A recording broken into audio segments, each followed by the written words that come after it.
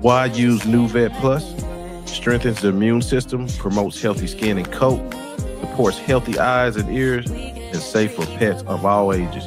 Use my code for the discount. When I'm talking to you, I don't know what to say, but I can call up a stranger and talk my whole life away. Milwaukee margaritas, I didn't know that was a thing. Welcome to NWA Cane Corsos podcast, where we talk all things dog. Filthy mouth, filthy lips, but my teeth purr. Oh, I know. Bible scriptures on your left eye, verses you don't really live by. All she do is work, fuck, Uber Eats and get high. Never will I fly in clothes, babe. Never will I fly in clothes, babe. Spend your summers on a road, babe. I'm a vocal coach for your throat, babe. My ears are sensitive. Tell me that it's mine. All I hear is shit. All I hear is shit.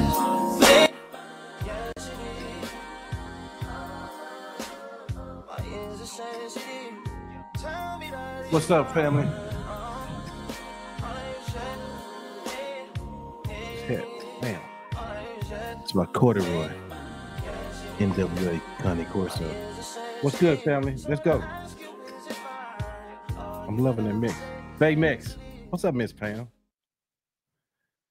Hello, everybody. My name is Joe. I'm the host of NWA Cane Corsos. No, I ain't fresh, bro. Coming off that work week. Trying to be dedicated and do a weekly check-in with the people because, you know, I do a lot of pre-records and whatnot. So, yeah. So, shout out to everybody. I see y'all coming in. Love the new swag. Really? Is it new swag? Just a hat, you know what I mean? I'm still bald head up under this thing. Yeah, man, I just wanted to check in with everybody, see how everybody's doing. Let me show the people, man. Baymax. Bakari. Yep. Tim Kaufman, man, where you at? The Cane Corso enthusiast. He actually gonna be sponsoring all the shows this week. Every show we had this week, he been out there like a soldier for the Lord.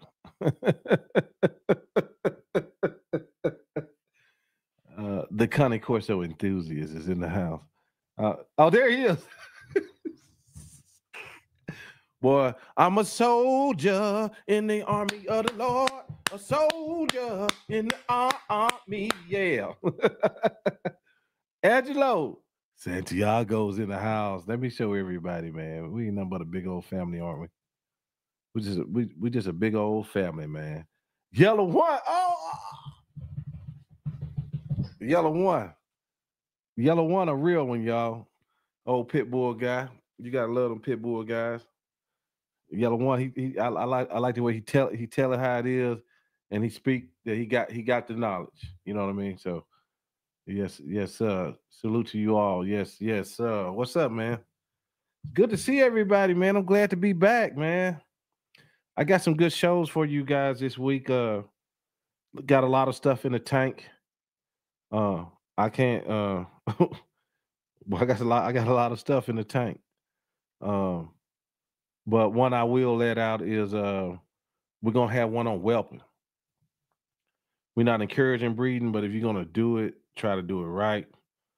A lot of us have occupations. We can't do it a lot, even though it might be a part-time little deal that we got going on.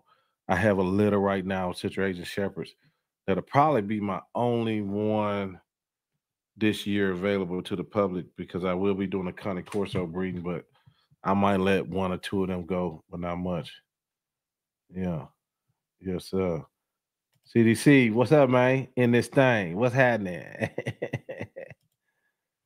Yeah, always supporting, no joke. Supporting.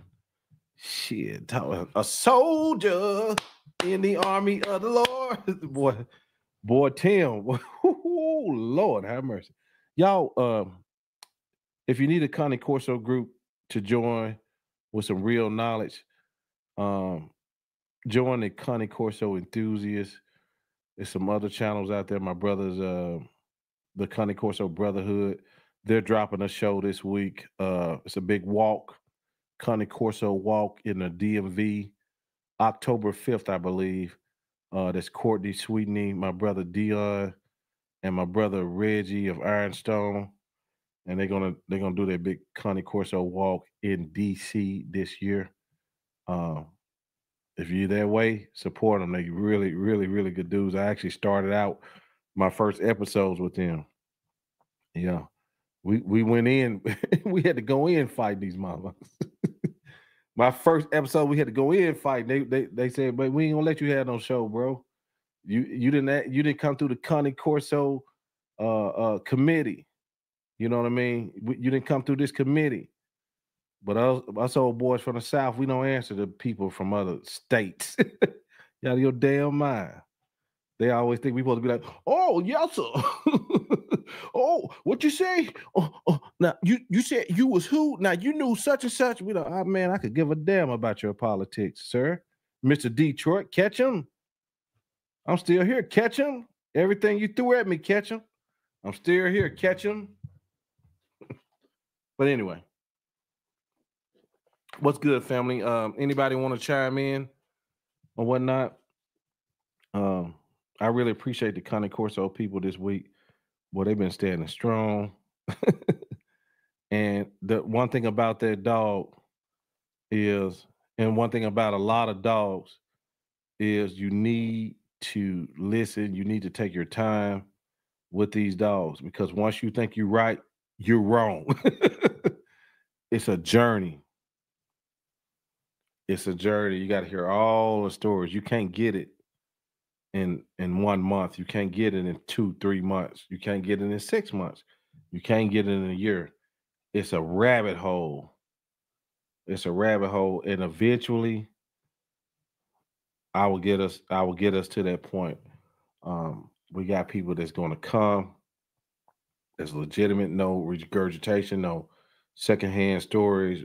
That's legitimate, that can tell some things about the dog. People are slipping on Vito Alu.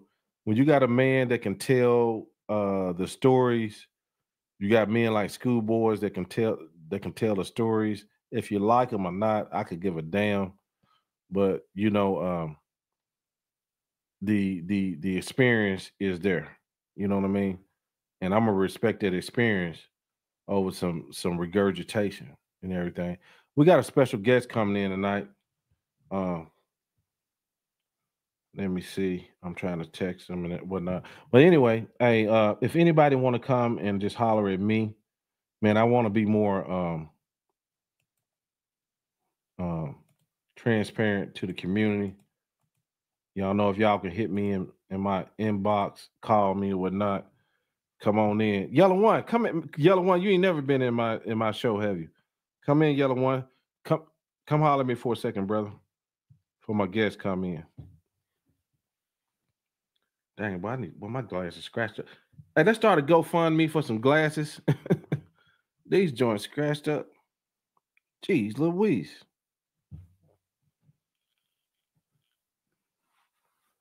Yellow, join in by audio, brother. Okay, let me see what's happening. Tim. Oh, Josh. What's up, Josh? God damn. They go, hey, what's up, Josh? Josh is a Corso guy. He got that traditional stuff. That Italian. True Italian stuff. That the traditional word can be thrown around different ways, couldn't it? Always supporting y'all. Yeah. Yeah, what's good, bro? What's up, CDC? Win. Hey, Win. Sister, remember your name. Sister, we all in the game. Y'all remember Color Purple? What a wonderful lady. What Doug is? I think Doug is busy. Tim has a great group. Yes, he does. Yes, he does. He's a warrior, but you know, in the group, it's all chill. We ain't trying to beat up on each other, but we just try to learn from each other. Same with Miss McDonald's group, training. Y'all know where we at. The training home, whatever that thing is. All of us in there, but it's a small group under like 1,000. But it's gonna get big now, Miss Sharon. What's good? What's good today, NWA? What's happening, chat? Web Gray, what's happening, brother? Josh. Oh, there go Doug. Salute, salute, salute, salute, salute. Bakery, we in it to win it. I'm kind of out the loop in purpose, just trying to raise my first Cane Corso best I can. Yes, ma'am. I thought that was your second one, though. Okay, we got Rain Dick. Let me turn these glasses off. Rain Dixby, I made some great connections with some folks from your show, Joe. I must say thank you. Rain, anytime, bro. That's what it's about, man. This chat filling up. Rain, Rain. I like that name. I know a dude named Rain. Rain, what's happening, man? Let's talk about Rain. Rain said he gonna do a few more shows and he done. I can't really blame him, man. But he gonna do 5 more shows. He gonna do some unique shows. We gonna ride with him all the way to the end. That I don't think that dude. I think I could call him out whenever I want. You know what I mean? I think if it's a purpose, he'll come out. You know what I mean? So he say after 5 shows he's done, but he gonna do some traveling and do some shows. Then he say he's done out of that. You know, rain make you sit on the end of your seat. Rain make your butt cheeks tighter than harder than Chinese arithmetic. Everybody be nervous. I'm telling you, man. I know some people think I'm crazy, but I've really become desensitized to people's feelings after you've been on this for a while. What up, mate? Now, see what's happening. What's cracking, Doug? Joe, you were one of the very first kind people to me in the Corso world. Well, I try to be because look, I mean, I'm not like a lot of these guys out here. You see a lot of movement. Like I'm down near 50. You got guys and they 20 talking about they breed experts. And I got a cousin that been breeding the dogs for 20 down to 30 years, and I've been around them all that long, but I ain't no fucking breed expert. He was, not me. So it bewilders me how quick people title themselves things. That's gonna be a little bit of what the show is about today. Uncle Doug, hey, Uncle Doug. Y'all refer to him Uncle Doug, Doug the co-producers. Thank you. Yeah, Tim sponsoring all the shows this week. The Cane Corso enthusiast is sponsoring every damn show this week. I might drop 2, I might drop 3. The Cane Corso enthusiast on Facebook is sponsoring every doggone Lottie Dottie show this week. This man been going to war for the breed. He didn't care who was beefing. He was going to war for the breed. I mean, God, dog, man. I mean, he like that movie Glory when Denzel was taking them lashes on the back. Wow! And he was staring there with one tear in his eye. Wow! Tim was like that for us, for the Corso. Wow! He stared right there the whole damn time. And he's white. Tim stared there. Wow! Oh, fuck you. Boy, goddamn Tim. Boy, you a soldier, boy. Hey, if Tim don't go down in history today, he wasn't going.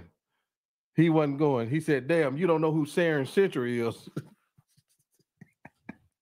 He said, you don't know who Sharon Century is. Man, come on. Yes, sir. Well, that was some funny shit yesterday. Yellow one. That's some inside jokes, guys. Hit the like button. What's up? Now, okay, let me get through some of these minutes. Oh, K9 Mims. Oh, K9 Mims. How you doing?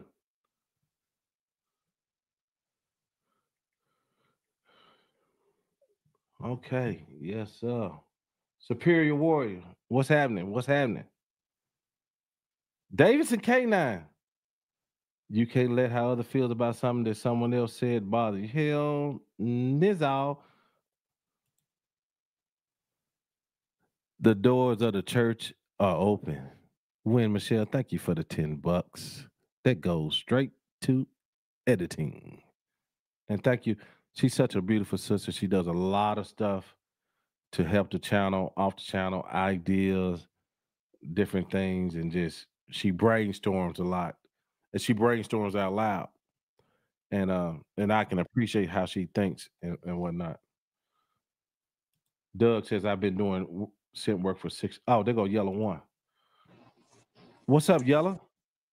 What up? What's up, Joe? What's up with Man, what's up, man? What I'm looking at, a wall? you? Yeah, I was trying to cut my camera off here. I don't. It's just looking Oh, at the okay. ground. Oh, okay, yeah, okay. That's what. But I Mhm. want to say hi to you, brother. I've been seeing you a while. You never been on my show. Yeah. Okay. What's up? What's up? I appreciate it though. Yeah. I know you're a pit bull. Where you from, Yellow One? I'm from Mississippi. What? What part? Mm-hmm. She Jackson. Jackson, Mississippi. Yep. I think my grandma from Greenville. Oh, she from the Delta. She from the Delta. That's my pip. You know what? You ever heard of Forest City, Arkansas? Nah, I never heard of it. Memphis. You know what Memphis Memphis. is? Tennessee. Yeah, man, I heard of Memphis. Yeah, Memphis. Yeah. Yeah, but you know that Delta run all the way down through Arkansas, all the way up Mm-hmm. into Mississippi. So when you went to church, it sounded like Al Green was in church, didn't it? Yeah, it did. Yeah. Yeah, that's how music sound. Yeah, that's how music sound. A lot of music, a lot of soul music. What you know, but that's funny. I you already got the upper hand in my heart because that Mississippi music, you know, that's that Delta music. That's what a lot of that rock. That's what Elvis come get that shit from, bruh. Yeah, All of from the those. Delta. Yeah. First off, how old are you? 44. Oh, so you know. Yeah, you know. Mhm. Yes, sir. Yes, sir. How long you been raising pit bulls? I've been dealing with pit bulls since '97. 97. Just having them since like '97. But I've been at like a kennel since like 2001. Right, right. You Oh, know, like damn. you would just have one. You know, you'll Yeah. have a dog or whatever, but it won't be like a like a uh like I didn't have a kennel and nothing like that. I just had a pet. Well, you know, No paperwork and nothing like that. we all had pits coming up. If we didn't have pits, at least we thought we did, right? It was just so like Right. in the South, we just had pit bull dogs. I remember one of the best dogs I ever had was a pit bull mixed with a chow, but he was kind of dangerous. As Mm-hmm. far as like when like crackheads would walk around, he like try to Mm-hmm. get after him. You know what I mean? Yeah, Right.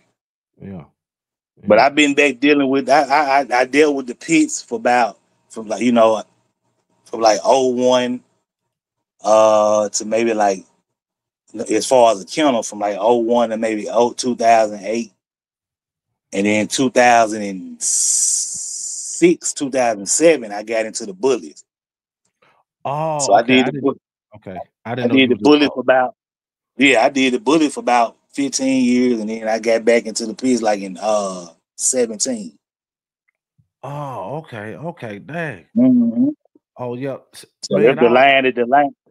Uh, I always notice like I've heard you on Buck show or Buck City show, right. and I could tell. I said, wait a minute. You know how you hear a dude talk.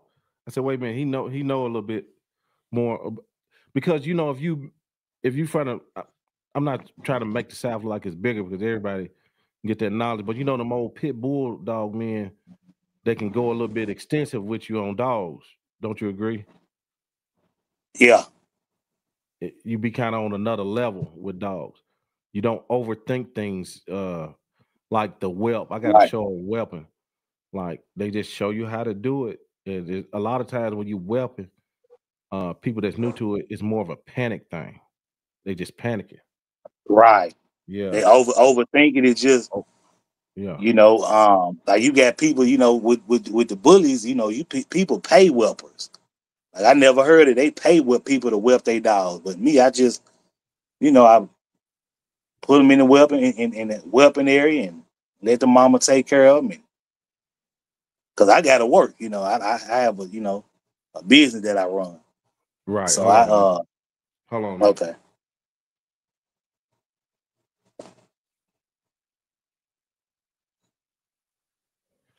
I'm sorry, my kids was at the door. I didn't know if they needed to be open. But you said, yeah, it is people that pay for whelpers. Uh, hey, give me 1 minute, y'all. Yeah, I don't want to do that. I've had people that kind of ask me would I do it or will my wife do it? I'm like, hell no, for what? You know, I mean, I don't want her. First off, I don't know, man. If it ain't my dog, I'm not interested in whelping nobody litter. It seems like I don't know. She's not a family member for me. I don't know, but I get the business side. Oh, hold on, Yellow. I think I lost you. Okay, Yellow. I'm sorry, bro. Okay. All right. Yeah. I don't I know if was you. trying to turn the camera. I was trying to turn the camera around. Oh, yeah. I don't, man. I don't know. There you go. There you got it. Uh, Okay, but yeah. So you said we was talking about weapon people over complicated and people want to pay weapons now, which is fine. I know everybody has their own thing, but I'm not a big operation. I don't crank them out like that, and I just don't.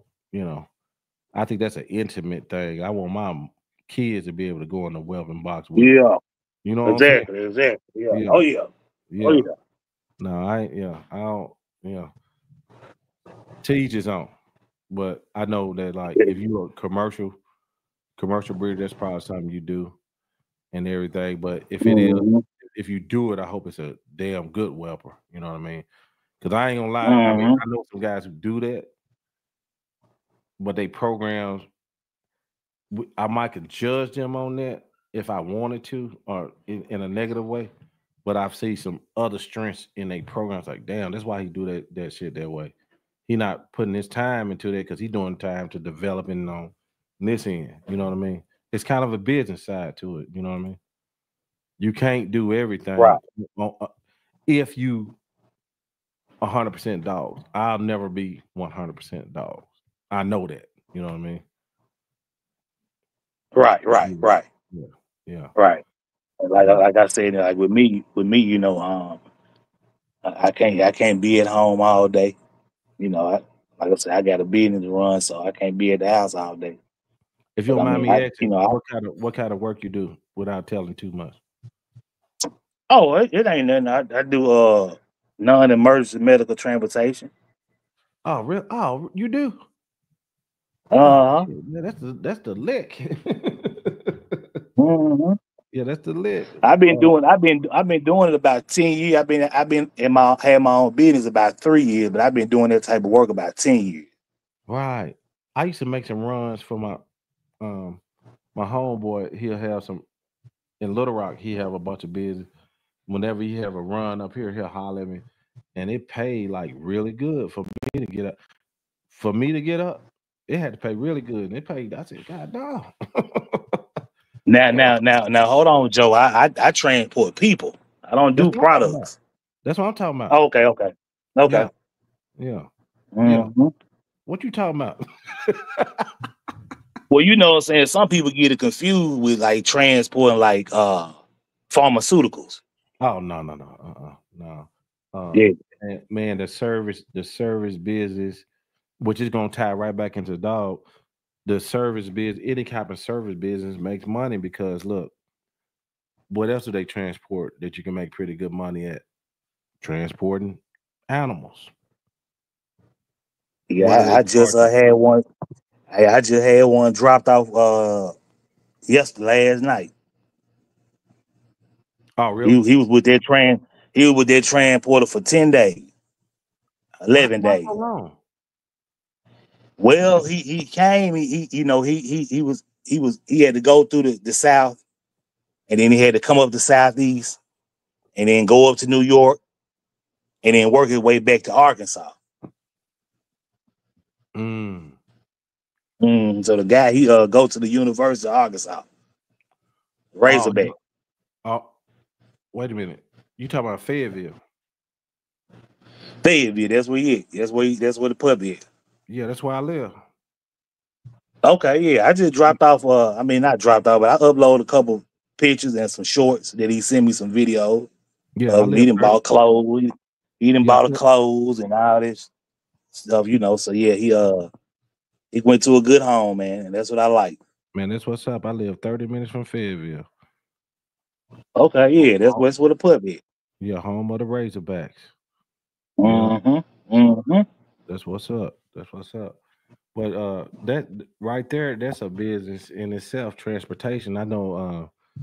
I've used people in transportation that they had jobs, but on the weekends, if the route was right, they'll go take a puppy somewhere, or take a puppy 2 or 3, build out a route. Shit, what they might make 600, 600, 600. What's that? 6, 12, 18 $1,800. over the Yeah, weekend. right. For Well, see real. this dude here. I think this dude he could transport like I want to say 10 or 12 at a time. He had like a Sprinter van. Oh man, yeah, So he yeah. could transport. Yeah, he was full when he pulled up on me Oh and got man, the yeah, pup. He was full. yeah. So like when Michelle, she in the chat, she's a lady that is that has really been into the dogs like babysit. It's money in dogs without even breeding them. You know what I mean? Different little Yeah. things, services people need. The daycare. What is that app? Rover, bro. You ever heard of that Rover app? Uh-uh. So Rover is an app like people just do like a doggy daycare. It might pay $30 or $40 per day to keep somebody's dog while they at work, but that's you get 30, 60, 90, $3 a day, 3 small dogs. Um, and they got a little crate in your home, take them out, let them, do all your little thing. Man, that's what another 500 a week, almost. Mm-hmm. Yeah. So yeah, Yeah. it's many ways to skin that cat. You know what I mean? Oh yeah. Yeah, yeah. So let me what else I need to know? You from the South, boy? You got the upper hand with me. Mississippi, Mississippi, boy. My grandma from there. Yeah, yeah. We right next door. Yeah, yeah. So Right. you 44. You know what I've been listening to today? What's that? That old Trey Six Mafia. Oh yeah, I love 3 City Mafia, man. Oh Man, shoot, grew up on them boys. Juicy J. yeah, Project Pat. Yeah. Yeah, yeah. A lot of people don't know that Mm-hmm. Juicy J and Project Pat are brothers. His brother. Yeah, Yep. and their dad is a preacher. I ain't know that. Yeah, just like my dad was a preacher. Whatchamacallit, Pastor Troy, his dad a preacher. Oh, really? Oh, yeah, Yeah. yeah. That's what's up. That's what's up. Yes, Mm-hmm. sir. Yeah, man. Man, let me ask you this: who been the most influential dog man to you? They don't have to be big, or they could be big, small, or whatever.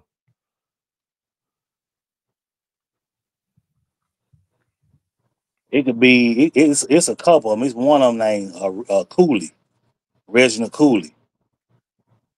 That's an old dog man that I actually met him in doing my business. Oh, really? That's how I met him. Took him to a doctor's appointment. He heard me on the phone talking, and it's been the rest is history. You Right. know. Yeah. Yeah. So that's one of them. Yeah. George, no, the guy where I got the dog that I'm running now. He out of Kentucky. He ain't well. He ain't famous or nothing like that. But Right. those are one that's influential that to me that y'all probably don't know about. Right. Yeah. And A of lot of course, you know, as far as, and of course, like I don't know Tom Garner, yeah. you know, but I mean, what he got going on, his setup, and it's inspirational. Yeah.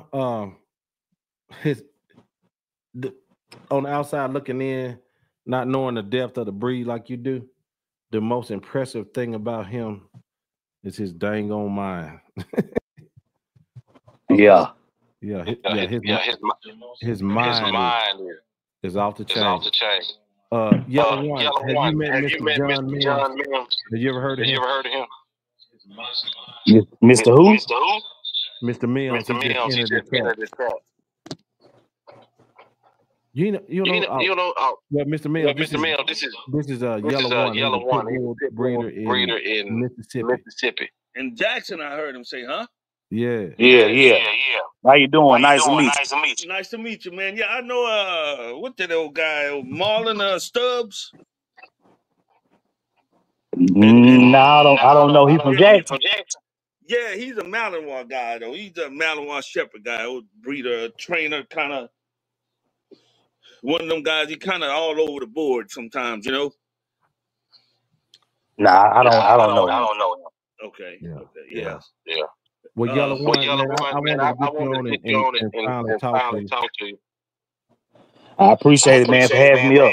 Yes, sir. Yes, sir. Much love to you, my brother. All right, much love. Y'all take care. Take it easy, man. All right. What's up, big dog? Big dog? What's the word, bro? Man, I am in it to win it. That's the name of the game. I hear echo. Oh, I don't Do y'all know. hear echo? Or is it me? Okay, is it cleared out now, Joe? Let me see. Let me try something. Think if I go out and come back in? Yeah, go out one more time and come back, and I'll kick you out right quick. What's up, Mr. Cornish? What's going on, Brother Terry? I have an interview with Terry in the tank. I'm taking my time with it because I had some shows before him, and I'm letting the editors get it right, get it professional, because it's a lot. As we grow, we can't do shit ghetto no more. We got, get professional. All right, Brother Mims. Yes, sir. Okay, that's better. Okay, yeah. Better. Okay, good deal. Yeah. Man, I titled this. Go ahead. Go ahead. No, go ahead. Okay. Well, I titled this show "Skipping Steps." That's one of your. That's your trademark. Yeah. Can't skip steps. Yeah. But let me preface this conversation today on this, Joe. I've been breeding and training as long as I can remember. When I started breeding just Malinois, not talking about the breeds I had before Mals and Dutches, I've been breeding Malinois 28 years, 28 and a half years now. I used to breed, and I've been breeding Dutches about 20 of those 28 years, or 27, 28 years. Mm-hmm. So I used to breed so heavy, and when I started with Mals here where I live, the only people that even knew what a Mal was ex-military or law enforcement. There's two older guys that breed down the road from me about an hour or so, and they train a lot of police dogs. They're known all over the world. But as far as civilians and non-law enforcement, when I started, nobody around here even knew what a Malinois was.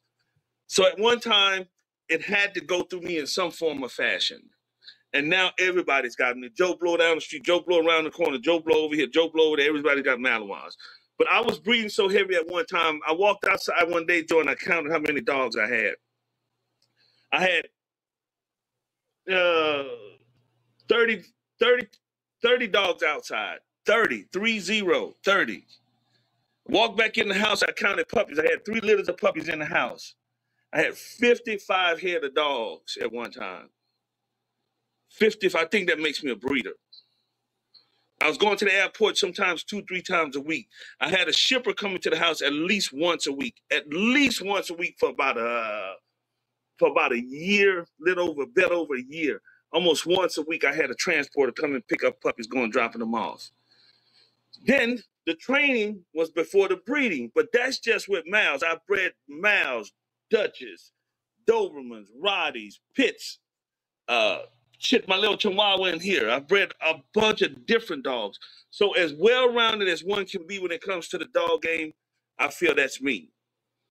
Now, when it comes to the other stuff and the training part, that's kind of where I shifted my program towards. So, Joe, I do this for a living. I don't have a regular job. Mm-hmm. My living was made many years ago. So the dog game is what I count on. The living that I made years ago, that's set aside. I don't even bother that. Mm-hmm. So I have to be good at what I do when it comes to dogs. And I have to defend it with everything in me because of the people that want to come in and they want to skip them steps to get to the end of get farther up the road, I should say. And you're not going to use me and people I know and people that I have friendship and build bonds with to get to the end of that road. It's not going to happen. You have to pay your dues just like everybody else did that came before you. Right. And when you people try to jump steps without acknowledging the people that came before you, I don't know. I can't speak for a lot of those other people. I speak for myself. You're not going to use me and what I've done and what I've accomplished, all the headaches, all the arguments, all the back and forth I've had with people over the years about defending my product, my name, what I've done in this business. You're not going to use that, take it from me, and then go and try to run and do it. And don't say, man, I got this idea from Mims, because there's nothing that's like me and CT talked yesterday about it. Me and Tabari talked about it. Our Cane Corsos. He dropped a 20 on our head. A deuce, a dub. God damn. Shout out to Our Cane Corsos. Appreciate you supporting the show, bro. Yes, sir. Yes, sir. So certainly do. Yeah. I'm gonna let that hang up there for a minute. Yeah, let that there. So some of these people that want to get into business and they want to skip steps and they want to jump over people and they want to name drop and use people's names that they don't know, they may have talked to once or twice and not even talk to vocally, just talk to them through a text message. And then they want to go and name drop. You ain't going to name drop on me because I didn't do it. Right. That ain't going to save you. That ain't going to save you. Not with me, not with a lot of guys. And then some guys just don't like a lot of confrontation. They just won't say nothing. But I'm not one of those guys. And I've said it several times. I've had things before me and you met where I would post stuff and say, hey, it's a few guys that I tip my hat to, and I've called those guys' names.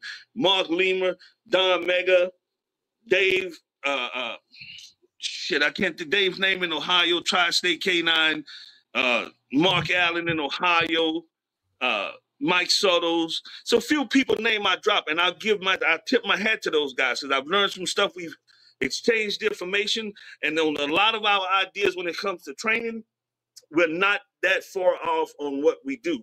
Right. Or some of our beliefs. Sometimes, and if we are off or we're too far off, we're grown and men enough to admit and say, hey, respectfully, we can agree to disagree. Right. Yeah, that's true. And that's where some of these young guys aren't grown enough or aren't men enough to say, hey, man, I like this way doing it. I'm not going to say what you do isn't, but I like this way. Respectfully, that I can understand that. But what I can understand is you think you're going to see me do something on a video and then take that idea and go and do something so similar to it, you can't defend it if I call you out on it. Guy in South Africa just did it the other day. I stitched the two videos together and I'm waiting for him to kind of jump back so I can post a video and let people see. And he didn't say anything. And his videos, he posts 2 or 3 videos a day. There's no substance to his videos. There's no real explanation of what's going on in the videos. It's real vague. Maybe that's his selling pitch. If I give them a little information, they'll contact me to find out more, blah, blah, blah. But you're not going to take something you saw me do and then go and try to copy it a little or close to it and then don't say where I got this idea from. Most of the ideas, Joe, that I have are original because my mind is going 99% of the day, it's something with dogs or it's dog training or what I'm going to do with my next litter of puppies. I got about 40 clients, dogs that I train now. I've got about 10 people I picked up online. So when I get off the phone analyzing the video for somebody, and I call them back and give them the information, to critique the video, give them their next assignment. When I hang the phone up with them, my mind is going 1,000 miles an hour on what I can do to help this person get better.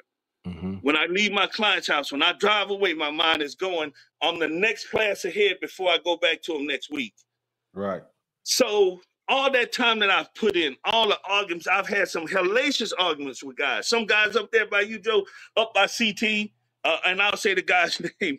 Ted Summer Sickler told me one time, him and the guy, he passed away a few years ago out of New Jersey. Can't think of the guy's name. Mim, you're not reinventing the wheel. I said I'm not, but I'm making the real roll the way that I want it to roll. It doesn't have to roll your way. It's not new, but it fits my style, my people that I deal with and that I train. It works for them. And this is just some of the steps. This is one of the biggest reasons, Joe, why I won't let people take pieces of what they see me do and not give me some kind of tip of the hat, some kind of, hey, Mims, I see you, I got that idea, or whatever. I had some of these guys one time, they said, oh, Mims, what are some of the departments you sold dogs to? And I won't tell them, but I slipped up one day and I posted a video of a guy and a dog I sold to his department, and they went out and they enlarged the logo badge on the guy's uniform. Chachi, that's the guy's name, was up in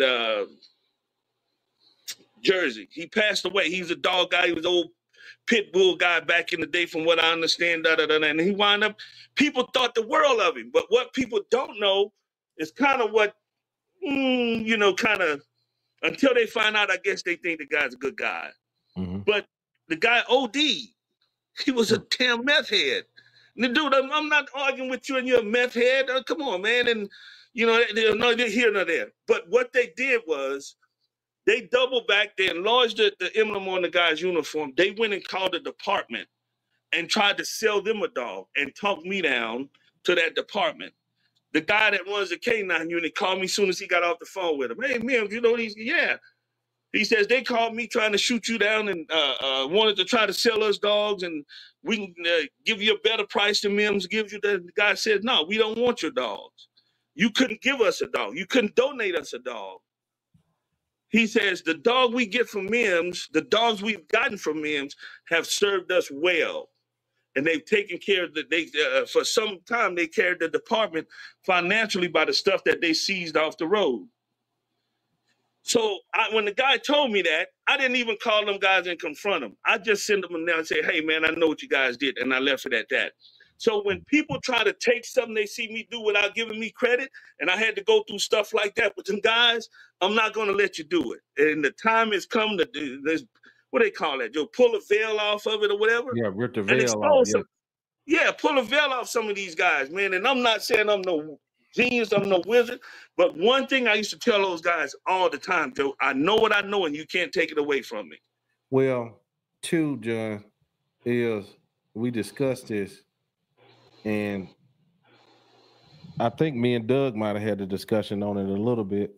It's about when you I'm not trying to make this a older guy, younger guy thing. I'm not trying to make this a anything.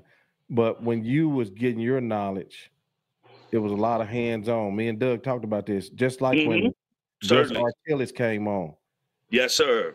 Now, that video ain't got 2,000, 3,000 views, but you can look under that comment and tell you how impactful that was to get knowledge from that caliber of guy, because he said the same thing. We had to travel the country. We had to travel a lot of money. Oh, man. I think I mentioned this on this show before, Joe. I can remember when cell phones first came out, and you can only put them in the car, or you had to have that old bag phone. Do you remember? You're old enough to remember that part, Joe? Oh, yes, sir. Yeah. All right. Those calls on those phones, especially long distance, I want to say those calls were $1.25 a piece, 95 cents a piece. I mean, a minute. $1.25 a minute, something like that. It may have even been $2.25 a minute if you call long distance. I used to run that car phone bill up to $700 or $800 a month talking dog talk to people. Now, and then that's the car phone. Now, in the house phone, they had Sprint on the house phone, 10 cents a minute. That was their thing, 10 cents a minute back in the day when they started doing that unlimited, that 10 cents a minute on the Sprint house phone. I used to run that song gun up. Mr. Terry, it was that Terry Cornish, $10. Yeah. Obviously, yes, they sir. didn't go to church this morning, so they giving me the money. It's going to a good cause and towards they the didn't movement. go to Sunday school. It's going towards the movement. Terry got an awesome interview coming up. It's in the tank. Y'all be patient. It got to go through editing. Like I said, we got to do everything from professional from now on. That's right. But anyway, I'm sorry. So it's a lot of stuff that me and some of these older guys that we went through that I'm not willing to give up and let people take that from me. It's not going to happen. I'm going to call you out on it. I'm going to start calling more and more out on it that I see. Now, it could be just the simplest thing, or just say, I saw this somewhere else and I think I can improve on it. Or I saw this and I'm going to try it. That's enough acknowledgement just to say that you saw it somewhere else, man, and you didn't come up with the idea. You didn't have to come up with the idea, but give some kind of understanding to the people that came before you. These, just like people that came before me, just like the people that came before my dad and my granddad and all those people along the lines, we read this stuff in the history books, about these people. So we have to get somewhere. And then some of you younger guys, get with older guys that make sense. And not just somebody's that 5 years. That ain't enough knowledge in any breed, I think. It's not enough time. Not enough time to do it. There's a guy out that kind of shift gears a little out in California, well-known Dobie guy, whatever. I won't say no name. I think most people know who that is. They can put that together. 15 years in the business, and does 15 years? You might know a little something, but you're still learning, and you haven't even really scratched the surface because your conversation doesn't speak 15 years, if that makes sense. I can tell. I've been doing this so long. I can talk to people in 3 minutes. Man, you just repeating stuff you heard. You're not talking from experience and knowledge. You're just repeating what you heard. Well, Mims, how can you do that? When you've been doing it as long as I have, you've been doing it as long as Gus has been doing it, you've been doing it as long as Mark Lima has been doing it, some of these other older guys that's been doing it, you just learn to pick up that vibe and that sense and how authoritative people talk about what they're doing. And you can pick that up from people that don't know. 5 years isn't enough to know nothing. You're just barely scratching the surface on any breed. A baby. And then the people you're listening to, they probably full of hot air about what they know, because they're only repeating what they know from the people that's getting their money. And I think everybody, we know where that's kind of going. Right. If I go spend a lot of money with Joe and I only listen to Joe, I'm going to repeat what Joe telling me because I'm taking that as the truth, the facts, and that's it. But Joe is just telling me what he's heard somebody tell him. But because Joe's giving me money, he'll open up to me. You ain't getting all of it. Right. Like there's no black dogs in this breed. You have to.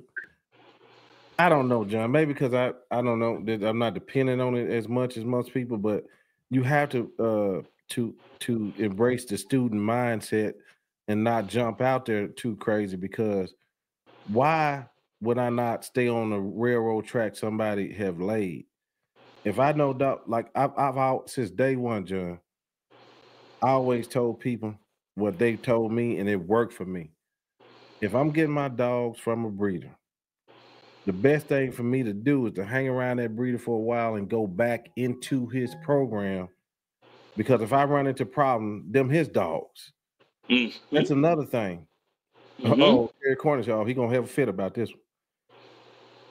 They really ain't your dogs until about a few generations in, because you gotta make and prove your own line.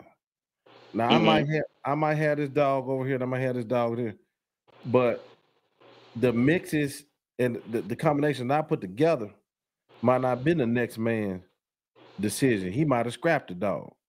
So a lot of times it's best to stay on the railroad track that was laid for you instead of trying to reinvent the wheel. What we have now is a lot of guys trying to reinvent the wheel.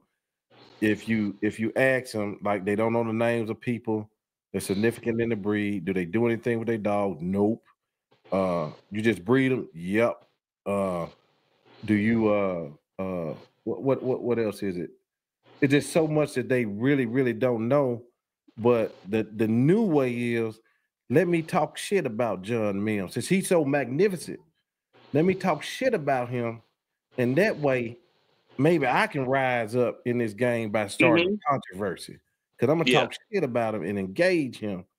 And a lot of times they another tactic they do is they talk shit to you or argue with you in the comments because they really want to know what you know. They want me to open up to them about what they're talking about. Right. Got that as long as I've been in this business, one of the best tips I've got was from Don Mega. Don says, stop talking to them, Mims. They want to ask you a question or start something because they don't know. And then they figure you're going to open up to them and give them the answer they're looking for. And man, it just hit me like a ton of bricks. So took his advice. I'll start shutting that down. I started shutting it down when he told me that it was already, that was it. It started getting shut down. But calling people out on this stuff that they're doing is getting to be, you know, I just have to expose it. That's just me. I can't hold it in no more. I can't take it no more. I know it. I mean, but that's a lot of the tactics now. That's what it is. Let me stir up some controversy and get him engaged, because I've had to watch that too, get him engaged, because at the end of the day, I'm Whitney Houston. I have nothing. The only thing I do is have a bunch of dogs. You know what I mean? So let me shift into that, Joe, about the breeding and what's going on in the breeding. So I talk a lot of training, but also I've done way more of my share of breeding dogs. And I've bred for different reasons. This dog. Oh, I like the way this dog looks. May not be the hardest dog, but I like the way he looks. So I'll breed it to this one that has everything I like, but 90% of what I like, this to 10%, I'll put them together and see what happens.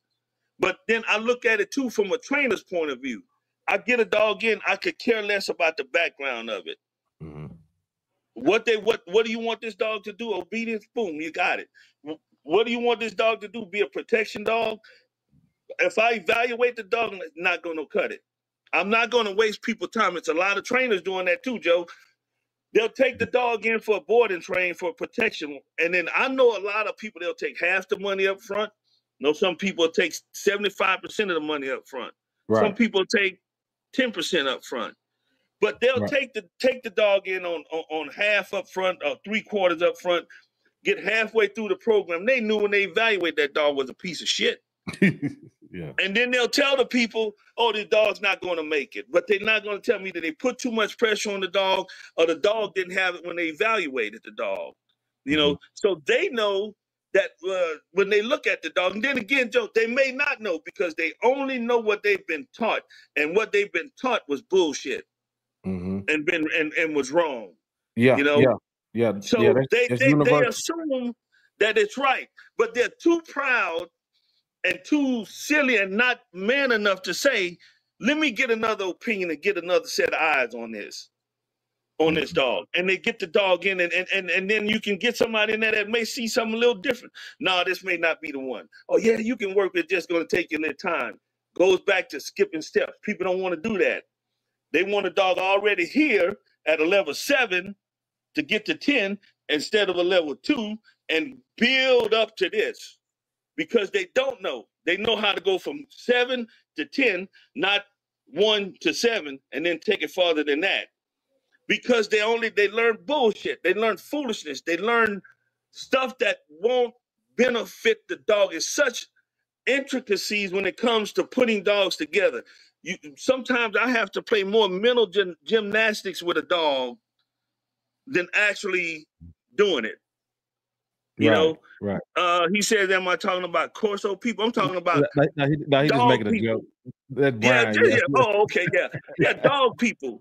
So, you know, we look at dogs, Corsos, Borobles, shepherds. It doesn't. Will that dog serve Joe purpose? Will that dog serve Mr. Brian purpose? Will that dog serve Doug's purpose? Will that dog serve our buddies out there in Canada? Will a dog serve their purpose? As a trainer, it's my job to sit there and put that dog together that they want put together. When it comes to breeding, that's where we're going to always have people with difference of opinions when it comes to breeding, why they're breeding, what they're breeding. But the goal should always be to breed the best thing that they can breed. But to them, it is the best, Joe, because they don't know any better. And they're too close-minded because they got their blinders on like this. All they can see is Joe.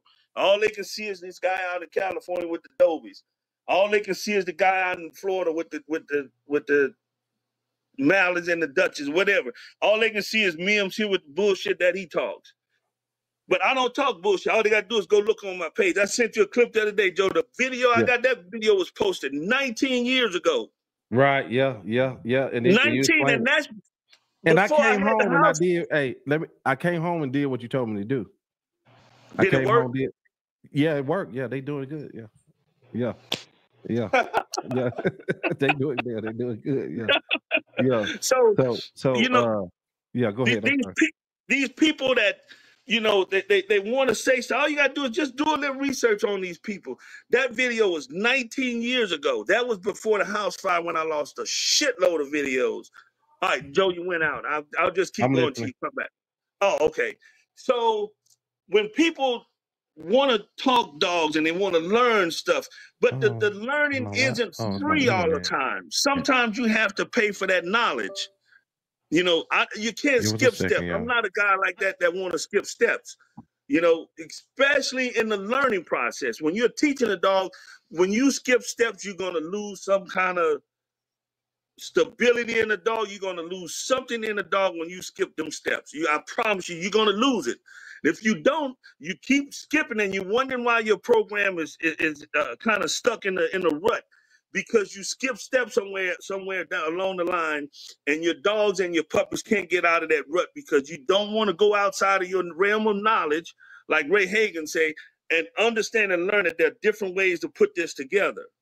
You know, people say, oh, this dog is too hard, like the Mows. Story Mike Sutherland was selling dogs to the SEAL teams. The new commander come in, they don't want dogs that hard. He stopped selling them dogs because he know what it takes to work those kind of dogs. Right. You know, and work around those people. I told you I was going to bust you out next time I saw you. What's that?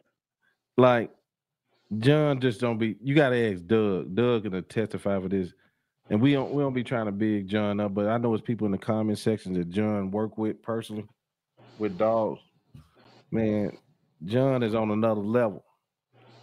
You know, like I didn't know John, like he told me the other day about some certifications he had. He just don't bring them up, like bomb detection. Bomb detection. Man, come on, man. How many of us can you know, that's really doing it, you know? Yes.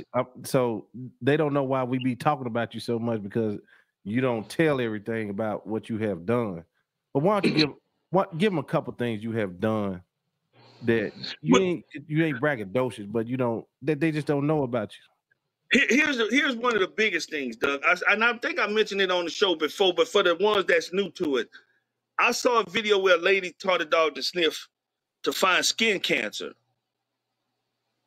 Skin cancer. And the dog found it on one of the tests they did way before the test can even pick it up. The dog made them go back and redesign the test because he was sniffing it and finding it before the test was finding it. Piqued my interest. I've been doing scent work forever and a day. I said, man, I want to do that. I've trained a bunch of doctors' dogs. I trained this one doctor. I said, man, I told him that. He says, you and look, my brother's a dermatologist. Let me give him a call. He called him. We did a talk. Long and short of it, I did it. There's a research center, real big research center out here that I talked to some people over there, made some things happen, boom, boom, boom. I taught the dog to sniff skin cancer. Mm-hmm. You know, I haven't seen anybody else do it. I saw, me and Doug talked about it. There was a guy I ran across. He's trying to do it, but I think he's in Ireland or some other country where he's trying to do it. Some of the other things, I met a guy. Can I cut you off for a second? Can I cut you off before you tell that story? Go. I'm gonna tell you one of the most crazy things I seen you do on film. Finding that fingernail in the park. You know where I got that from? And I think I said it, Joe. The same stranger you said that, the same person I'm talking about in Ireland or wherever he is, he did it. He did a fingernail, but the dog found it in a little stream of water. Dang. And I was actually, God damn, man, that is, and I mean, blew me away, because out of all the scent work I've ever done, I've never seen that part done. I've seen cadaver dogs find stuff underwater, but never a fingernail. Mm-hmm. So me being who I am and what I do, Joe, I said, well, I'm gonna go out and do it. That fingernail just finally grew back. I posted that video about 3-4 months ago. I went out that same day. I cut the fingernail on camera, stuck it on the fence, came home and got the dog and went back and let him go and find it. That's about 5 or 6 acres or whatever that dog had to find. Yeah, and tracked all that down and found a finger. You ain't hiding nothing from a dog that Mims trained. I don't give a shit who you are and where you think you're getting away from it. Because in my eyes, to set myself apart from everybody else, Joe, I think like the criminal and I think like the cop. Mm-hmm. So in that way, I'm covering every aspect of everything I'm trying to do with that dog. Right. I don't want him to miss nothing. I've taken a weed seed, just the seed. You know how small a weed seed is, Joe? The little seed, not the bud, the seed. Right. I've taken it in that park out there. Like I said, that's probably 5, 6, 7 acres out there. I've taken that seed out there and I've dropped it I just go off walking. And somewhere along the line, I'll drop it. I'll come home, feed the dogs, clean the kennels up, go back out there and tell the dog to go find it. And he'll go back out there and he'll find it. I have yet to find anybody that can do that. I take a nail, and I'll tell you the scientific reason of a nail. Hold on a second. Just hold on 1 second. Yeah. Hold on. Yeah, I'm going to tell y'all. And then, too, like, Mims be talking to me and Doug and telling us how to tap in other aspects of the dog. Not breed specific. Shit, you got a Corso, whatever. I'm gonna show you how to tap in on his instincts and do some crazy shit with him. I'm telling you, Mims is the truth. Man, I'm gonna tell you something. CT brought him, but then I didn't know he knew P Nunn. And when P Nunn do this, you know it's a problem. All right, Joe, right quick, and then I'm gonna stop talking a lot of trash. Okay. All right, here's a screw.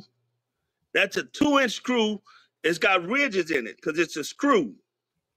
Mm-hmm. Okay, can you see them ridges in it? Oh, yeah, of course. All right. Scientifically, if I rub this screw, my odor is going down in those ridges on this screw. Yeah. And it'll sit there. And if I go out and hide this nail, this screw, it's easier for a dog to find it on this because of the ridges. This nail has no ridges. It's smooth as a baby's ass. There's not a lot of odor for that to sit on this nail for the dog to find. Make sense? Yes, sir. All right. If I throw this out, which is the nail, throw this screw out, 9 times out of 10, any dog will find this, the screw, because it's holding odor, more odor. Now, we're talking microscopic odor, Joe. Mm-hmm. But this screw is next to nothing. And if you can train a dog to go and find this and to complicate it, that's good. If you can find a dog and find this, that's complicated. But when I do this and I barely touch the head of it and I push that in the ground and the only thing you see is the head of that nail, that's slim to none, and Slim just hauled ass. I haven't found any other dogs that can do that except one, Joe. Mm-hmm. And that's all he sees. That's all that is. I got that video online. But people will still question my ability to train a dog. And I'm telling you, man, I did this to police dogs and they fail. And them goddamn cops, how did you do that? Teach it to us.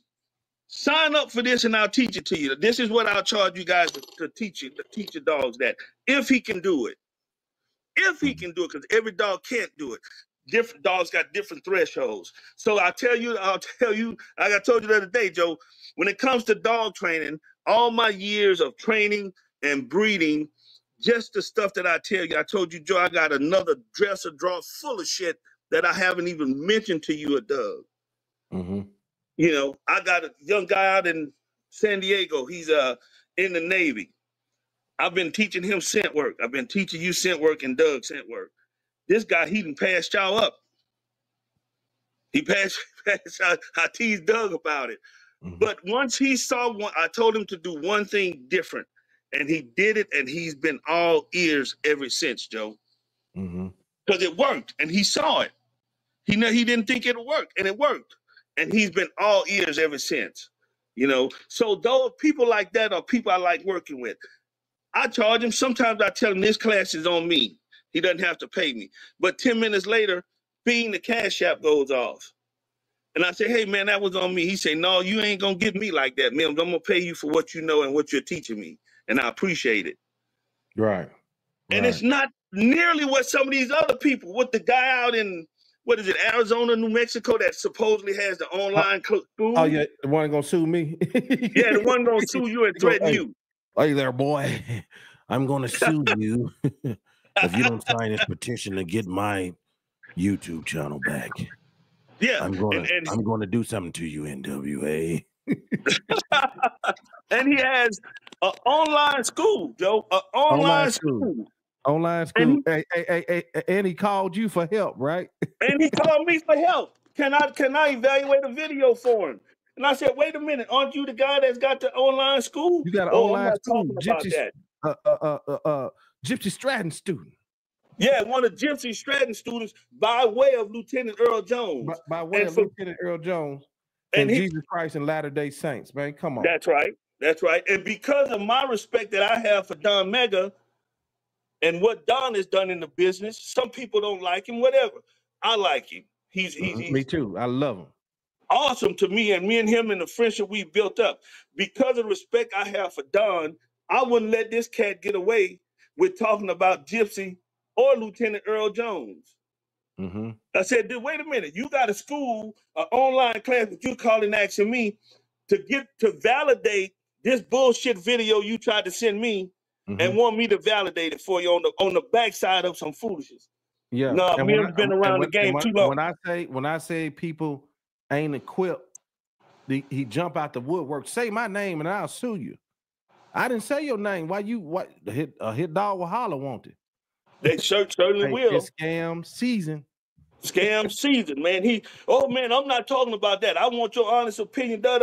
I wouldn't give him that because I thought about what Don told me. Stop talking to him and giving them what they're looking for. Don't talk to him. And I cut him off, man. I have no talk for you, dude. And these guys, they're throwing that Mr. Gypsy. I don't know the man, never met him.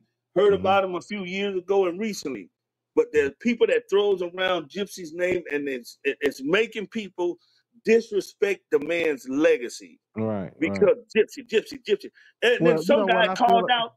You know what I feel about it? If his wife ain't came forth and like these dudes trying to use his name, well, she may not hear it. Crown them as on the courses, man. I wouldn't believe it. I mean, who would be the best knower? She's still giving evaluations. She's still giving the little training certification where you can do the, you know how that course thing you sent me, you did? She does that too. Obedience. So why not just hit her up? Why would you got to pay somebody to say it? That Gypsy, that's his wife right over there. Yeah. Have they sent anything to his wife? This man that's trying to sell a course under Gypsy's name. Have he sent anything to his wife? Probably. He ain't getting nothing. I don't know. I'm wondering if he's got people actually signed up for it and they believe in that bullshit. That's the thing that gets me. It's always two dummies in the world, 2 or 3 dummies in the world. It's always that. I ain't gonna say dummies. Sometimes people just might not know. You know what I mean? They don't know. Yeah, some of them just don't know. But they throwing his name around so much, and one of the guys in particular, somebody actually called him out, and they disrespected Gypsy. Gypsy's not here to defend himself. You know, they said Mr. Gypsy didn't do nothing and you didn't do nothing in the dog game for you to keep name dropping, and we're tired of hearing you say that. You know, the product you're putting out, it ain't in the top 10. It ain't in the top 20. It ain't in the top 50.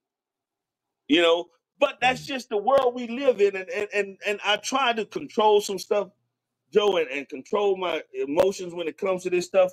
But like I said, this is what I do for a living. Dogs, whether it's breeding or training or referring people or teaching. This is what I do, and I have to defend it. I feel like I have to. Some of these other people just in it to win it. They try to hit the home run and they get out. You know, I had a buddy of mine that I met in California. We moved out to California for a while. This guy had Frenchies that were worth $30,000, $40,000, and this was when it was real popular back in the day. But what I think set this guy apart, Joe, was he didn't just breed to breed, because he would breed a litter sometimes and he would keep the whole litter. He wouldn't sell one pup. And he was getting offered $20,000, $30,000, $15,000 for some of those pups. He said, John, I don't make my money by that. I make my money other ways. I got all kind of investments. And he said, don't want it. But I've had guys that talk to him that I would put on three-way, because this guy bred for the DNA. And he said the DNA can tell you what you would produce, he wouldn't even see the dogs, the mom or the dad. He wanted to see the DNA, because the DNA with Frenchies tell you what you're going to produce. Oh yeah, yes, yeah. Them guys, yeah. Them And guys, that, you know, that's how good he was. And I tell people, if I don't know about a certain dog or training techniques, I'm into it. I'll sit right here like me and you, and I watch a video. I'm gonna watch it over and over and over and over. I'm gonna try to look at it from every angle. I'm gonna critique it from every angle. If it's got props in it, I'm gonna give it props from every angle, because I want to understand it to the best that I can. And if I can call a person and get in touch with them and ask them, what are you doing? What's the goal? How do you do it? Why are you doing it like this? Because I want to know. Exchange of information with some people. And some people don't mind that if you approach them the right way. Right. Instead of trying to steal it. Call the person and introduce yourself to them and said, hey, man, I got a question. You mind helping me out with this? And you explain it to them, what you're trying to get out of it. And then maybe they don't mind telling you and giving you an answer to something small, or help you at least get you on the right road if you stepped off the right road. And Mr. Mims, that goes back into, I'm NWA Cane Corsos. That goes back into our dog, because it's a big topic this week. Even with our dog, this guys in the chat that can attest to this. You can't learn it in a year. It's too many twists and turns. Yeah. But certainly. The problem is dudes want to get out. The problem, this is the biggest problem. This is the straight up biggest problem that we've been having the last 5 years with YouTube channels. Is washed up breeders, cowardly breeders, slick breeders, bitch made breeders, that if you got a YouTube channel, here they come, John. Here they come. In 1925, the Corso was indoctrinated with the dinosaur T-Rex and came from the circumference of the upper room. And they come with all these wild cockamanian stories. And I'm telling you, bro, I'm telling you. It's because you know the Corso is a newest breed. It's so much bullshit tied to it. They gonna go to every YouTube channel and bitch up every time. You know what I mean? Knock the other person down. Hey, look, all of them done came to me. Y'all want me to start telling you names?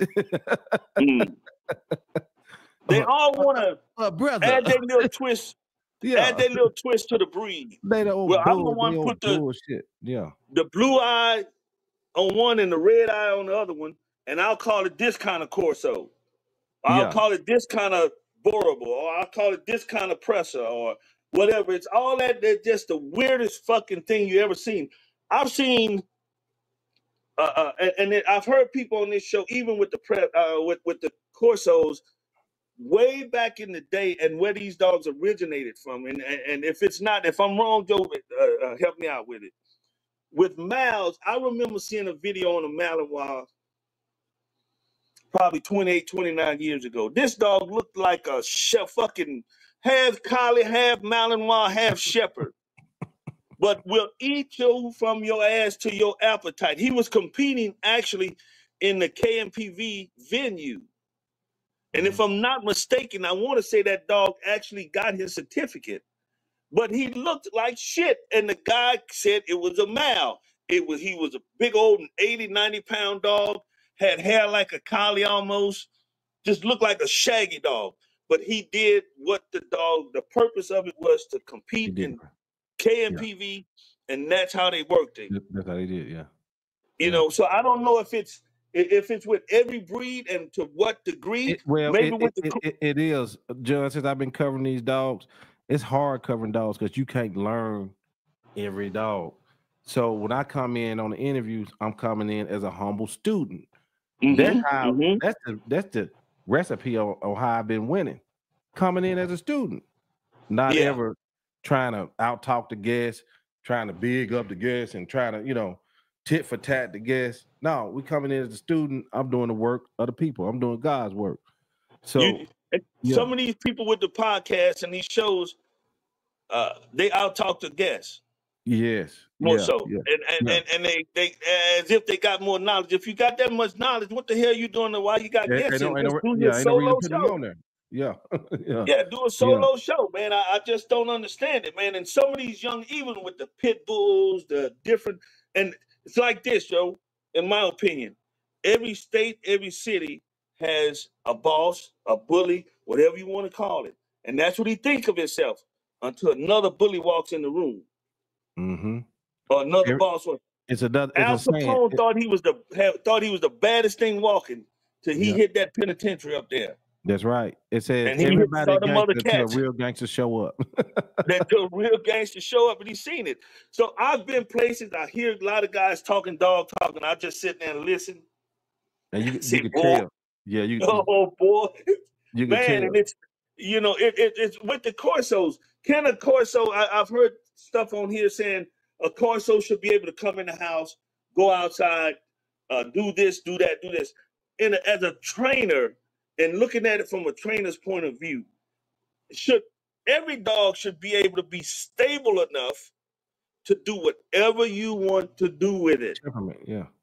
Stable. Now, does that go against the dog's genetics?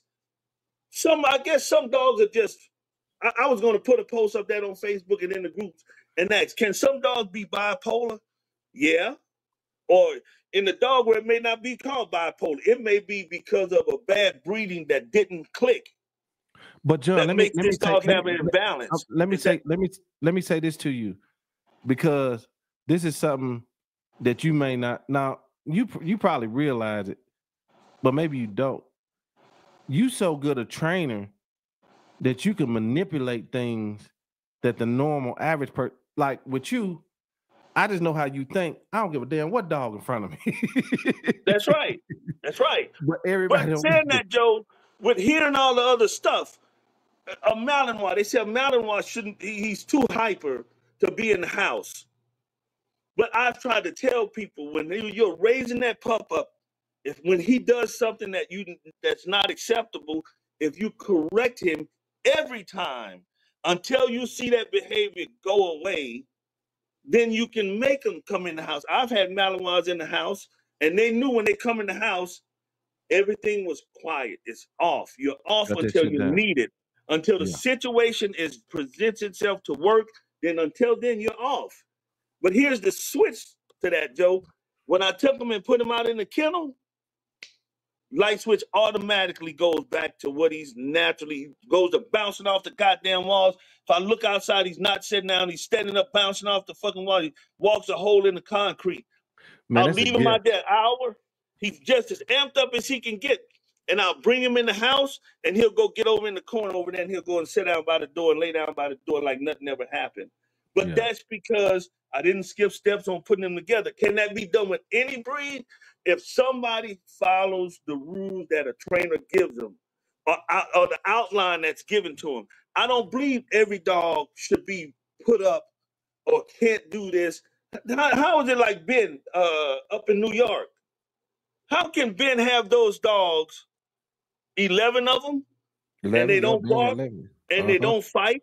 Yep. He done did time with him. He spent time with him. He spent time, and he corrects him. When that bad behavior pops up, he corrects it.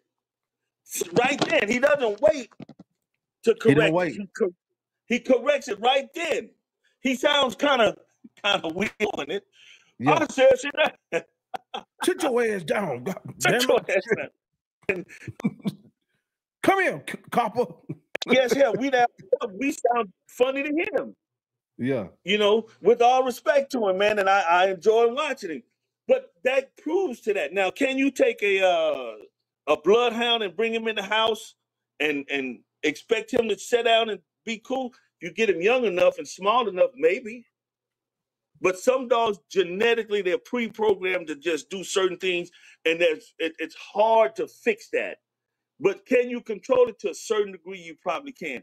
One thing I've seen a guy and a girl trying to do bike work with a goddamn bloodhound, and the boy, they made themselves look so goddamn bad. Then I looked online, this guy's a goddamn decoy for a PSA club. And he said he's a decoy and a trainer. Yeah. But you were trying to do bike work with a goddamn bloodhound. Dude, come on, man. You got to be fucking kidding me. Right. Hey, Mr. Mims, do you mind taking some questions? You don't have to let's come on, bring them. Hey guys, I'm gonna drop the link if anybody want to come in, ask some questions. You gotta speak your piece, land your plane, and get out. You gotta get out. You can't sit in here all day. But let me go through some of these comments. Okay, microwave instant gratification. Because looking at the bigger picture, seeing the whole canvas and scenery. I'm sorry, I'm behind on it. John trains from level 0. Yes, he does. Yep. All the way 10 different disciplines. A guy who owns males and studs his own dogs out, but has never owned a pregnant female is a peddler, not a breeder. Okay. Who y'all talking about? And shouldn't be respected. In protection dog training, how much of it is the dog and how much of it is the trainer? They're my what you call it. That's a question for you. In protection dog training, how much of it is the dog and how much is the trainer? There's some people tell you 50-50, some people tell you 60-40. A lot of it depends on the dog. Mm-hmm. I'll give you a perfect example. My dogs that I plan on keeping or dogs that I sell are raised differently. The dogs that I plan on selling, leash manipulation. That's one of the words, but they changed the word around. Same principle. The guy that I'm talking about in another country tried to use. I forgot what he called it. But if I plan on keeping a dog to sell, I train that dog. Certainly, I train him differently than I train a dog that's going to be here for a lifetime, Joe. Okay. And then there's some dogs, they're so strong, you teach them what they need to do, and then you let that dog stand out front about 70% on the dog and 30% on the handler, if that may answer your question. So it's a dog by owner basis. Each one may be a little different. Some you're going to have a little stronger than others. They can take care of themselves on their own. You know? There your girl Win go. Hey, Win, yeah. She's a bad motor scooter, man. Yes, she is. Bad girl. Yeah. I need to set a show up with her and Miss Lori C. Williams. Kyle Ranch, how you doing? Hey, Bakari, do you go to sleep, bro? Yeah, that video is crazy. What video is crazy? So the guy that asked the question, Ray, about how much is on the dog. If the dog can carry 90%, I'll let him carry 90%. Okay. If he can carry 30%, I'll let him carry 30%. But as personally, I like a dog that can carry most of it, but you teach the dogs to work in certain situations. Because when a dog is fighting a man, if it ever gets down to it, if a dog is taking care of business, I'm going to get out of the way and go get my piece and I'm coming to finish it off. But my dogs that I train, they're capable of taking it from the fight from start to finish. Now, some of the cops, where a lot of cops get in trouble is a lot of cops put dogs in uncomfortable, uncompromising situations, unsafe situations. if you got a gun or a knife, I got a video. I've seen that. Some people don't believe in these things. This dog targets a weapon hand. And when a dog goes in, he looks to bite the hand with the weapon. And if he can sneak a bite in, he'll sneak a bite in and nip you here and there and don't get hit with that item. And they got some dogs, they just going to run in.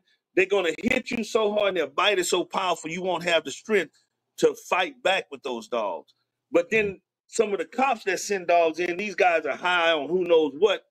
They got a little energy and a little burst to fight the dog a minute. And that cop should be there not to let his dog take a beating or get stabbed or get hurt. I can tell you this. A lot of these guys that send their police dogs on guys and these dogs get stabbed or shot, most of them don't get another dog, and most of them won't get that dog back. If they'll get that dog in retirement, they won't give them another dog because they let that dog get hurt. You just cost the department thousands and thousands and thousands of dollars. Oh, wow. Okay. You know, so when people just like, you know, some of that, I'm pretty sure some people never heard of that. Mm-hmm. So this guy, what's that? They asking Vernon about a trainer Lewis, in he's Houston. asking any trainers you would recommend in the Houston area. One of them, I gave you the name, Doug. We waiting to get an interview in with him. Oh, okay. Is that the guy I talked to? Paul. Oh, yeah. Okay. Yeah. Paul posted call me. Yeah, Paul trains a lot of dogs. He's a busy man. He's a school teacher as well. Yeah. You know, Paul, you know, Paul played football at Texas Southern. Boy, Paul about 6'4" and a hell of a decoy and a hell of a trainer. Oh, really? Awesome guy. Paul has a lot of knowledge. Paul has put in a lot of work. He's trained with some of the big name people in this dog game, you know. Right. Paul Freeney, that guy that asked that question, if he can give me a call, I can put him in touch with Paul and he can get with Paul and he can get squared away. Brother, I'm gonna put his number up right for you right quick. Where is it at? Doug had it. Tag. Yeah, Doug had it up a second ago. Had my number up, yeah. Well, tell it to him. Tell it to him, Brother Mims. It's 225-200-9162. Okay.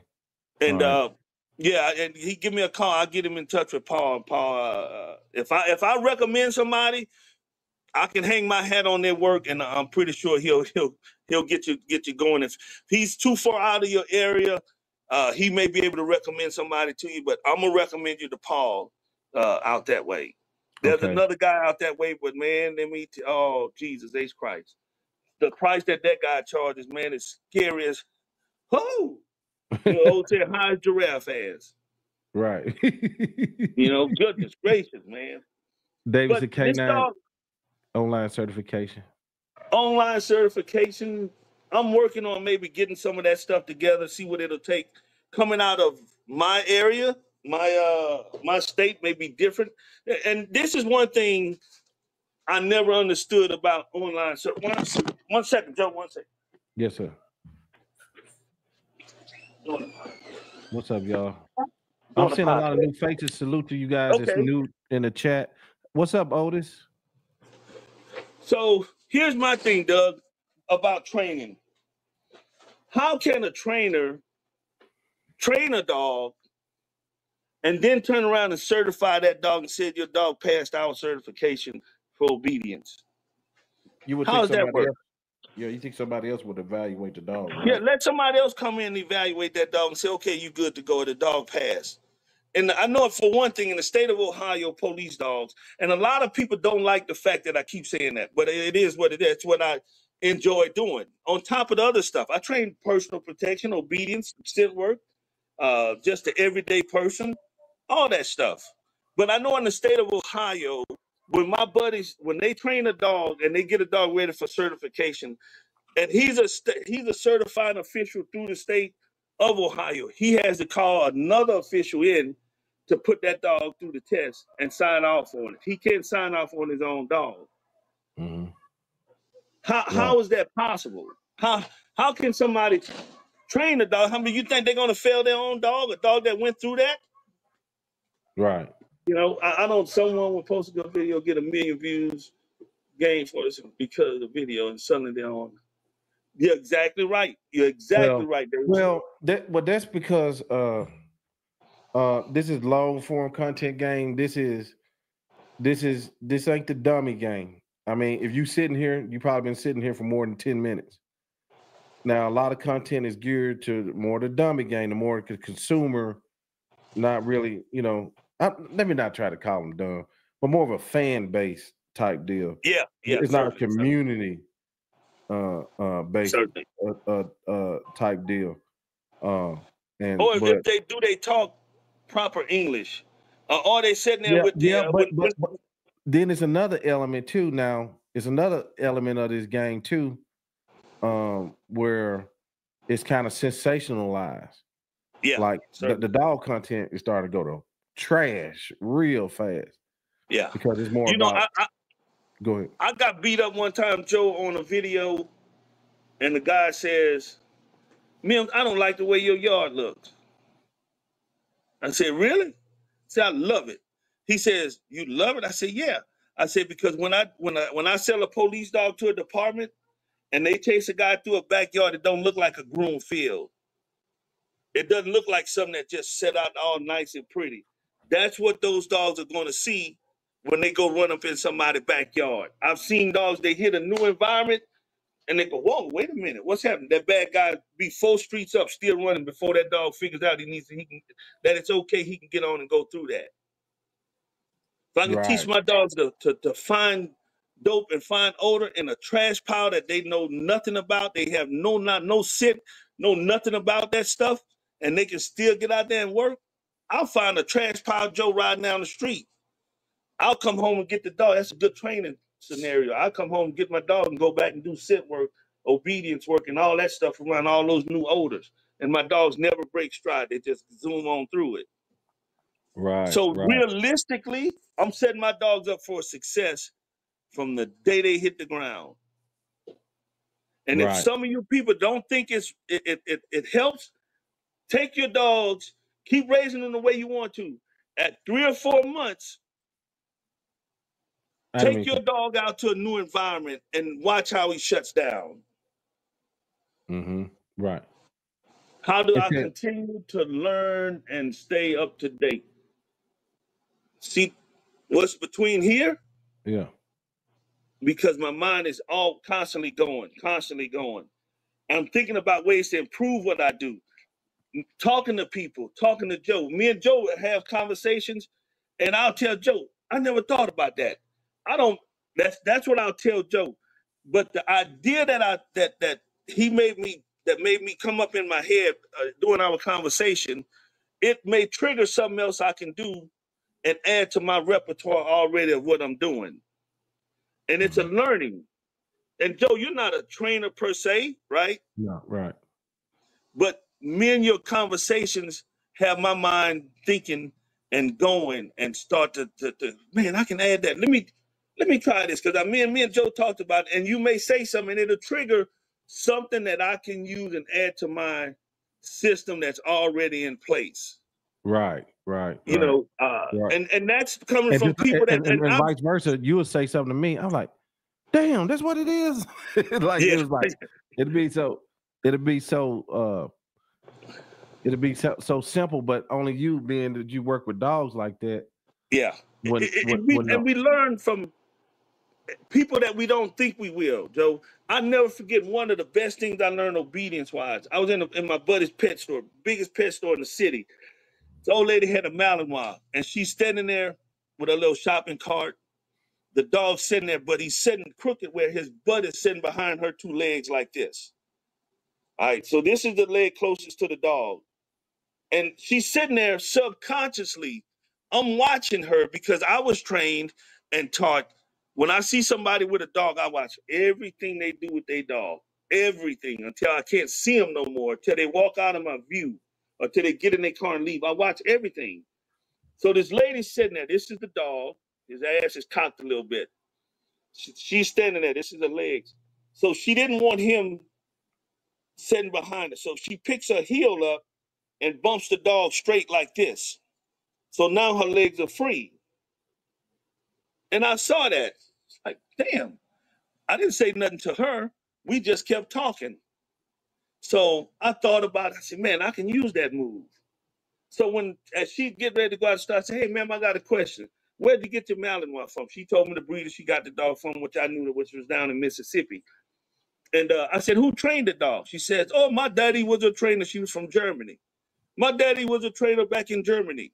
I said, that move where you pick your feet up like this, just make the dog sit straight and get his butt from behind your feet. Where did you learn? She said, I learned that when I was a kid. My daddy taught me that as a kid back in Germany. So I learned something. That lady had to be 70 years old. So I learned something from watching that old lady indirectly learned that move. And I've been using it ever since. Ever since. So when this the question that Vic has on continuing, I'm continuously learning a little bit, small things from different people, sometimes unexpected people. But Vic, I can tell you this, being in this business as long as I have, it takes a lot to surprise me and it takes a lot to impress me. And I'm pretty sure Don can tell you that. Mark Lima can tell you that. Dave Blouse can tell you that. Mark Allen can tell you that. Mike Sotos can tell you that. Gerben Campus can tell you that. A lot of people that's been doing things a long time, there's very little that we haven't seen. It's the little subtle things at this point in my career that I learned, and I learned from other people. You know, people that maybe not even in the dog business, or they just got a dog. You know, I learned something from a guy. I used to drive trucks. So a guy, he had hunting dogs, and he says, "Oh, John, you train dogs?" I said, "Yeah." So we talked every time I would see him. We come down for safety meeting, whatever. And he said, "John, I don't like my dogs touching me." I said, "What do you mean?" He said, "I might have on my good pair of pants and my good shoes. I don't want my dog rubbing all up against me." So he said he keeps a distance. He teaches his dogs to keep a distance about this far away from him. I didn't want him to tell me how he taught his dogs that. Right. I assumed how he taught it, and I started teaching dogs that. If I find out somebody's lifestyle, if they're nice and easy going people and they just take their dogs for a walk, they're not sport dog people, they're not doing anything else but just have a dog, and they're calm people, then they want a dog, I find, that stays about this far from them, that won't get up on them when they're walking in the heel position. When the dog sits, they just don't want the dog touching them. You know, and I picked that up from a safety guy that had hunting dogs. Right. So you can learn things from people unexpectedly, from people that you think you may not learn stuff from in the dog game. And you just take a little bit and you can use it. You can take a little bit and use it. And just like I said about that old lady, if I knew her name, I would mention it here. I'm pretty sure that lady ain't here with us no more. She was 70 back then. That was 20 years ago when I saw that, 20-something years ago. The guy, safety guy, was, if I remember his name, I would tip my hat to him for that I learned, because I was taught to give props to people and acknowledge people that you've learned things from to further your profession and to help you along. And if you're just doing it as somebody that's just got a dog, if it can help you, hey man, acknowledge these people, because we put in our time. You don't acknowledge me, and I see you doing something, I'll call your phone first. I'll give you the chance to say it. If you're not going to say it in your next video or something. I put in too much goddamn time, man, and heartache and headache and sweat and blood and tears not to be acknowledged for what I do. Shit on that. The time has come for it, Joe. And it is. And you helping people all over. I'm gonna take one more question because my kids came in. I got to do my family time. Let me take one more question from one of the OGs. Hey guys, so y'all got Brother Mims' number. I tell you what, all these questions that y'all got, I see them lined up. Do me a favor, copy and paste them and just put them in the comments, and Mr. Mims can probably answer them later. Yeah, I'll get back to him. As soon as I see him, I'll get on it. Yeah, certainly. Let me get this one from Terry. Expounding on the dog or trainer, when you say the dog are speaking on genetics in reference the 70 dog, 30 trainer. You understand that question? Not really. Okay. Speaking of genetics and revenue. Hey, Terry, I'll get your number, Terry, and I'll call you, and then we can kick the idea around. Right. Yeah. Okay. All right. So I can get a better understanding of that question, of what you're asking. Right. Okay. Well, let's get on out of here. But let's close this by saying, like, over here, man, like, I'm gonna stay in student mode because I'm gonna work off what the breeders I've worked with. Y'all know my cousin Lamont, Tony, I'm not in the politics of the Corso. I talk to many people in the Corso. I don't do that back and forth with no beef shit, but you know, and I just try to learn the breed. You cannot learn it in 6 months, a year, 2 years, 3 years. It's Ain't a gonna roller happen. coaster ride. It ain't gonna happen. It ain't gonna And you happen. know training ain't happening like that. It ain't So happening. but anyway, if y'all need help, this is what we here for. We ain't I don't make no money on this, but people are pitching in now and helping me with it. And that's all. If it pays for itself, thank God. That's all Yeah. what I want. Yeah. Quit And coming out of my heart. we're lining up. We're trying to line up people that from different, Got the because real experience. in NWA we are a all breed podcast, and we're coming from different angles, not just as a breed. We want trainers. We're getting trainers from different venues. We've had people on that the service dogs, Therapy dogs, all that stuff. therapy dogs. We want to get hunting dogs. We want to get a lot of people in, so we can give the people the knowledge. If they're looking for a trainer, they can make the right decision, and they can ask the right questions to the trainers in their city or wherever they're at, so they can get to them.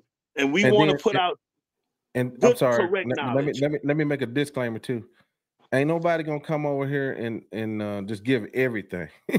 That's right. Because you got to make a living, but to get you on the right start, we're gonna do our best on the right path, at least. That's right. Certainly. Yes, sir. Yep. Yes, I appreciate you, Joe, as always. All right. Every show this week is the Cane Corso Enthusiast is a sponsor. Yes. Every show this dang on week. He said he fighting for the Corso this week. Tim Kaufman, the Cane Corso Enthusiast on Facebook. Yeah. Okay. Okay, hey, John, Joe, sounds like a winner, man. I appreciate you, buddy. I appreciate you, sir. We'll see y'all. All right. Yes, sir.